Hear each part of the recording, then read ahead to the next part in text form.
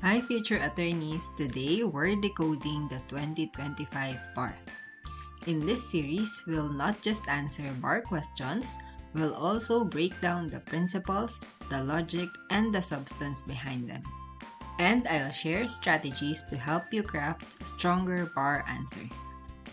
In this video, we will cover questions 1 to 5 of the 2025 Remedial Law, Legal, and Judicial Ethics Bar Exam.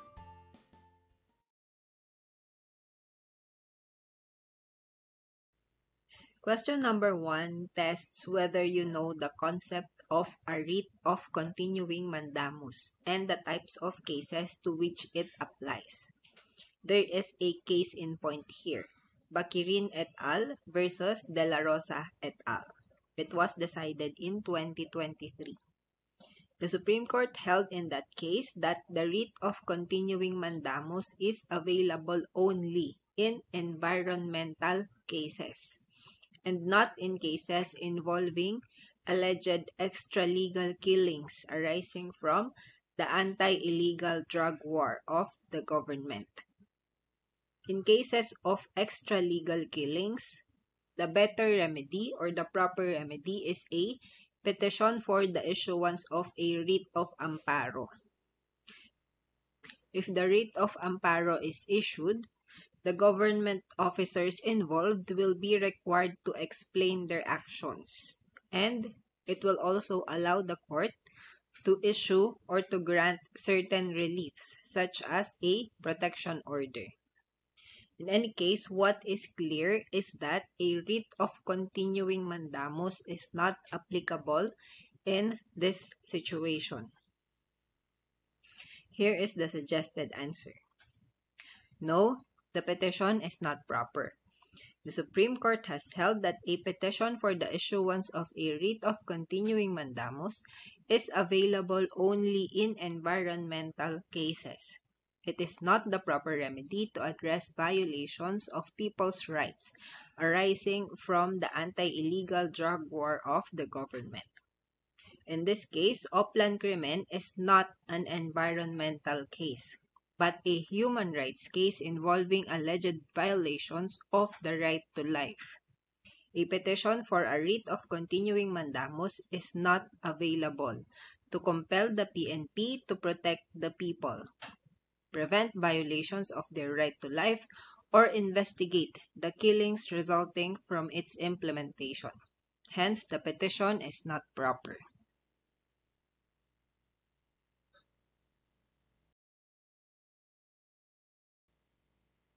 Question number 2 is about the jurisdiction of courts in real actions. Real actions are those that involve the title to or possession of real property, such as the recovery of ownership of a parcel of land, as in this case. The problem clearly involves a real action. And our legal basis is Batas Pambansa Bilang 129 or the Judiciary Reorganization Act of 1980. The last amendment to this law was made through RA 11576, approved in 2021. Under BP 129 as amended, the jurisdictional threshold is 400,000 pesos. If the assessed value of the property does not exceed 400,000 pesos, meaning this includes situations where the value is exactly 400,000 pesos. The jurisdiction lies with the first level courts, the Metropolitan Trial Court, Municipal Trial Court, etc.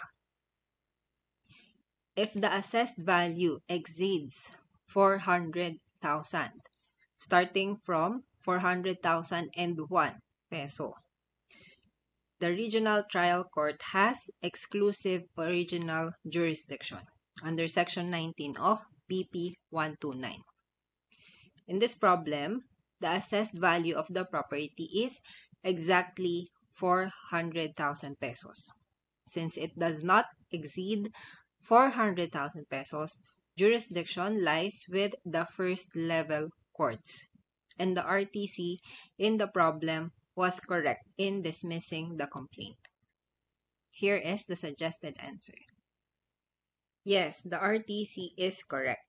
Under BP 129 as amended, the Regional Trial Court exercises exclusive original jurisdiction in civil actions involving Title II or possession of real property where the assessed value exceeds 400,000 pesos. Otherwise, jurisdiction lies with the first level courts. Here, the complaint filed by excess heirs involves title to real property, that is, the recovery of ownership of a parcel of land. It alleged that the assessed value of the property was 400,000 pesos.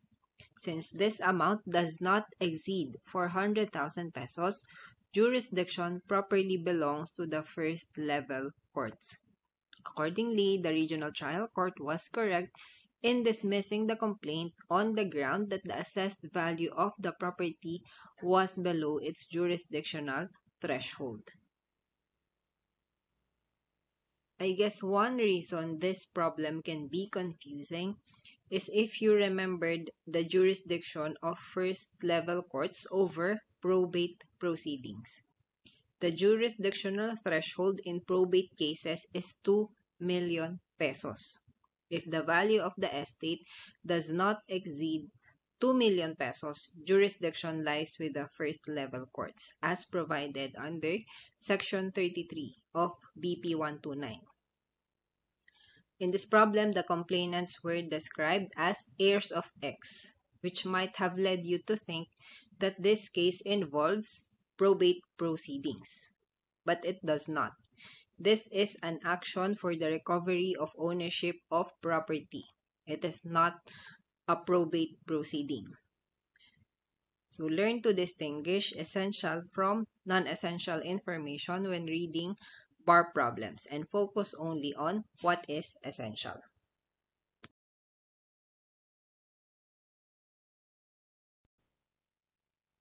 In this question, we need to apply the rules on DNA evidence, which form part of the 2025 bar syllabus. The rules on DNA evidence provide the probative value of DNA test results. If the DNA results exclude a person from paternity, meaning the DNA result shows that he is not the father of the child, that finding is conclusive. No other proof is required, and it cannot be contradicted by other evidence to show that the putative father is the child's biological father. But if the DNA results indicate a probability of paternity, the probative value depends on the percentage of probability.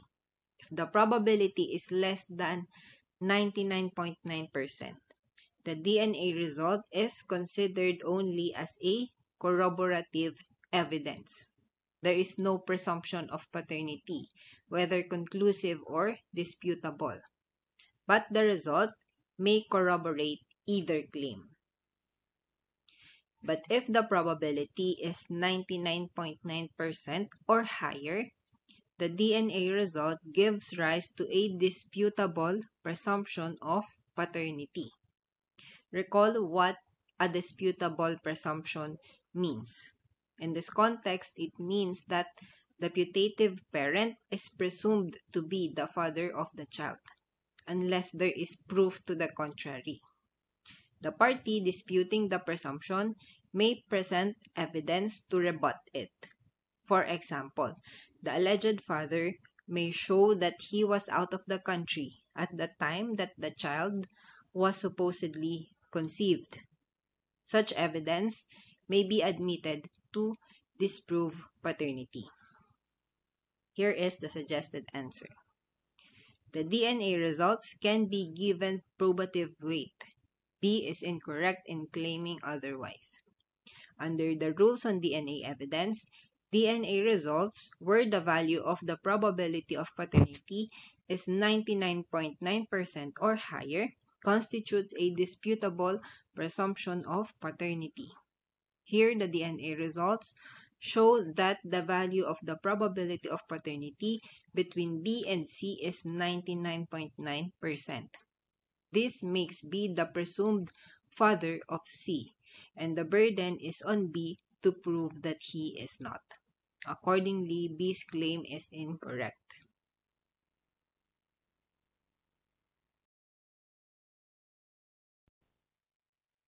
This question is about the correction of an entry in the civil registry. We have a video on change of name, which may be relevant here. I'll put the link in the description below if you want to review it. In the problem, A filed a petition in court to correct her father's name on her birth certificate. This is a substantial correction of entry, not merely a clerical one, and this is covered by Rule 108. A's petition is a special proceeding for the correction of an entry in her birth certificate. This proceeding is also adversarial. It's not merely summary. And since it's adversarial, interested parties must be impleaded and personally notified. Publication is not enough. This requirement is also expressly stated under Section 3 of Rule 108, which provides that all persons who have a claim or interest which would be affected by the petition shall be made parties to the proceeding. Definitely, X and Y are interested parties here, since the change of entry in A's birth certificate will affect their paternity and filiation. The marital status and the previous declarations of the mother Z may also be affected, so Z is also an interested party. As to the siblings, their filiation and successional rights may also be put in issue. So A's siblings are also interested parties in this case. All the parties cited by the OSG have an interest in A's petition and must be made parties to the case in accordance with Rule 108. So that's settled. X, Y, Z, and A siblings must be impleaded, and they must be personally notified. But there's another question that is implied in the problem. It's not directly asked by the examiner, but let's answer it anyway, since this video is intended for your review. The implied issue is a motion to dismiss the proper remedy? Remember that under Rule 3, Section 11 of the Rules of Court, neither misjoinder nor non-joinder of parties is a ground for the dismissal of an action.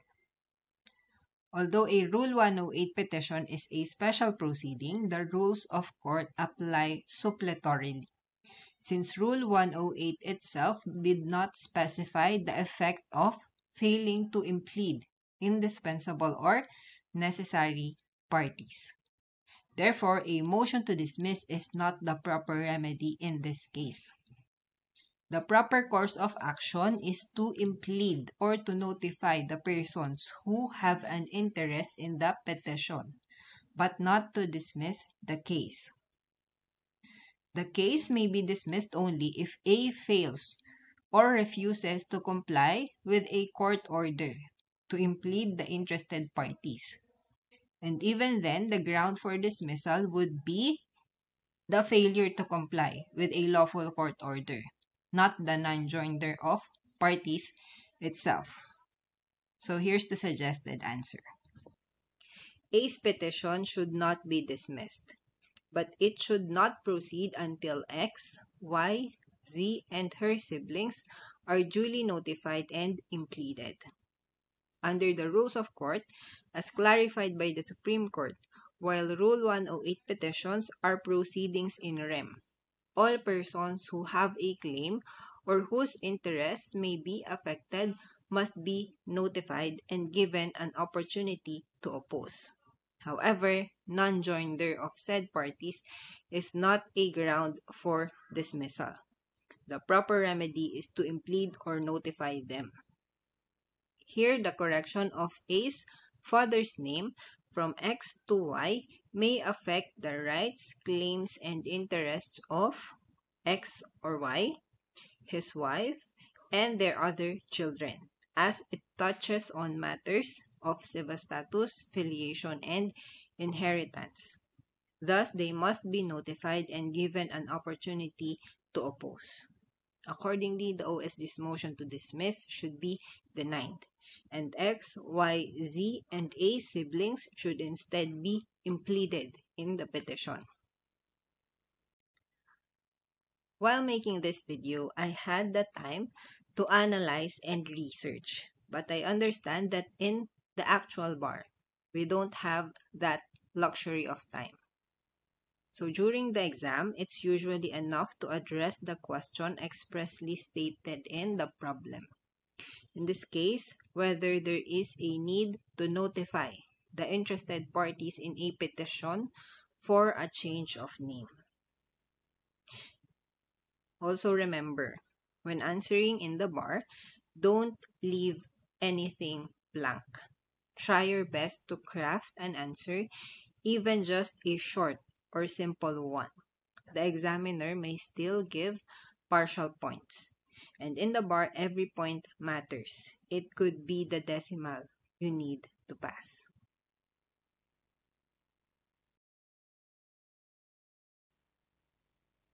Question number 5 is about the requirement of verification of pleadings. The rule is found in Section 4 of Rule 7 of the Rules of Court. A verification is a type of affidavit attached to a pleading. That affidavit must contain the following attestations.